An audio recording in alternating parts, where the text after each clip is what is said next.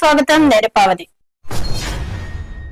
దేశంలో రాజకీయాలు రసపట్టుగా సాగే బీహార్ లో అసెంబ్లీ ఎన్నికలకు నగారం మోగింది. రాష్ట్రంలో 2 దశల్లో పోలింగ్ నిర్వహిస్తామని భారత ఎన్నికల సంఘం ప్రకటించింది. నవంబర్ 6, 11 తేదీల్లో పోలింగ్, కౌంటింగ్ 16న ఉంటాయని ఈసీఐ జ్ఞానేశ్వర్ కుమార్ కాసేపటి క్రితం వెల్లడించారు. ఈసారి బీహార్ లో ఎన్నికలు అత్యంత పారదర్శకంగా, అత్యుత్తమంగా నిర్వహిస్తామని ధీమా వ్యక్తం చేశారు. ఇక షెడ్యూల్ రావడంతో ఎన్నికల కోడ్ అమల్లోకి వచ్చింది. Run of Kutch, GJ, Sindh అంటే పాకిస్తాన్ మధ్య గల 100 కిలోమీటర్ల సంగమ ప్రదేశం సర్ క్రీక్. అరేబియా సముద్రం, సింధు నది కలిసే ఈ ప్రాంతం మాదే అని ఇరు దేశాలు 78 ఏళ్లుగా వాదిస్తున్నాయి. అత్యంత వ్యూహాత్మక $1 బిలియన్ విలువైన హైడ్రోకార్బన్ నిల్వలున్నట్లు భావించే ఈ జోన్ ఏ దేశానికి దక్కితే వారి ఆర్థిక, సైనిక పట్టు పెరుగుతోంది. పాకిస్తాన్ అక్కడకు సైన్యాన్ని పంపుతోందని భారత్ గుర్తించి వరుసగా స్ట్రాంగ్ వార్నింగ్స్ ఇస్తోంది. బెంగళూరు పరప్పన అగ్రహార సెంట్రల్ జైలులో ఖైదీ బర్త్డే సెలబ్రేషన్స్ కర్ణాటక ప్రభుత్వంలో కలకలం రేపుతోంది. ప్రత్యర్థి మర్డర్ కేసులో అండర్ ట్రయల్ ఖైదీ రౌడీ షీటర్ శ్రీనివాస్ 5 లేయర్లున్న భారీ కేక్ కట్ చేశాడు. తోటి ఖైదీలు యాపిల్ దండ వేసి చప్పట్లు, విజిల్స్ తో సంబరాలు చేసుకున్నారు. ఇక వారిలో ఒకరు మొబైల్ తో ఇదంతా షూట్ చేసి తమ వారికి పంపారు. అయితే జైల్లోకి భారీ కేక్ ఫోన్లు ఎలా వచ్చాయో ఏలిన వారికే తెలియాలి. ఎస్సీలో సీజేఐ బీఆర్ గవాయ్పై ఓ వ్యక్తి వస్తువు విసిరేందుకు యత్నించడం తెలిసిందే. మధ్యప్రదేశ్ లోని ఖజురహో టెంపుల్ లో ధ్వంసమైన విష్ణువు విగ్రహాన్ని పునరుద్ధరించాలన్న పిటిషన్ పై విచారణ సమయంలో సీజేఐ వ్యాఖ్యలు దాడికి కారణంగా తెలుస్తోంది. ఈ సైట్ ఏఎస్ఐ పరిధిలో ఉంది. మీరు విష్ణువు పరమ భక్తులని చెప్తున్నారు కదా, వెళ్లి ప్రార్థించండి, ఏదైనా చేయమని అడగండి అంటూ పిటిషన్ ను కొట్టివేశారు. ఆయన వ్యాఖ్యలు తీవ్ర విమర్శలకు దారితీశాయి. ఇక సినీ ముచ్చట్లు చూద్దాం. రవితేజ, శ్రీలీల జంటగా తెరకెక్కుతున్న మాస్ జాతర నుంచి Hudiyo Hudiyo song promo release. 8న ఫుల్ లిరికల్ సాంగ్ విడుదల. ఈ నెల 31న రిలీజ్ కానున్న మూవీ. ప్రభాస్ రాజాసాబ్ మూవీకి యూరప్ లో ఫైనల్ షెడ్యూల్.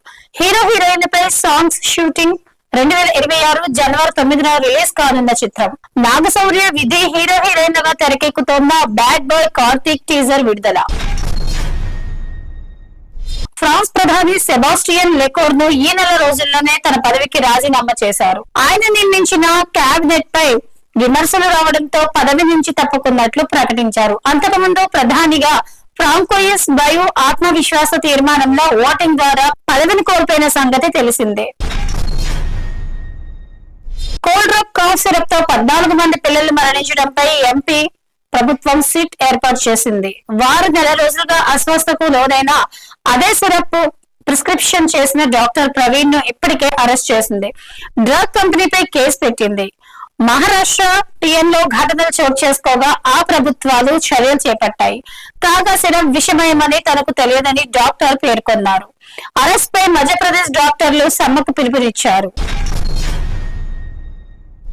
బెంగాల్లో బీజేపీ ఎంపీ ఖాగెన్ ముర్ముపై దాడి జరిగింది. వరదలు, కొండ చర్యలు విరిగిపడటంతో ప్రభావితమైన ప్రాంతాల్లో ఎంపీ పర్యటించారు.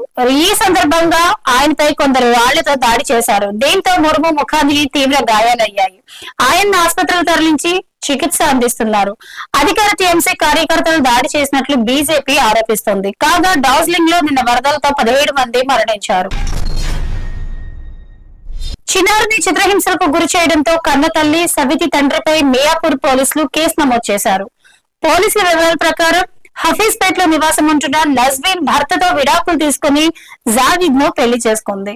కొంతకాలంగా నజ్వీన్ కుమార్తెను కొట్టి వాతలు పెట్టింది. కాలిని గాయాలను చూసిన స్థానికులు చిన్నారిని అడగగా తల్లి, సవితి తండ్రి కొట్టారని చెప్పడంతో పోలీసులకు ఫిర్యాదు చేశారు. వారిపై కేసు నమోదు చేశారు. టీమిండియాకు ఏదో ఒక రోజు తాను కెప్టెన్ కావాలనుకుంటున్నట్లు యశస్వి జైస్వాల్ వెల్లడించారు. వన్డే వరల్డ్ కప్ గెలవాలనే కసితో పాటు కెప్టెన్ గెలవడము తన దీర్ఘకాలిక లక్ష్యమని ఓ ఇంటర్వ్యూలో చెప్పారు.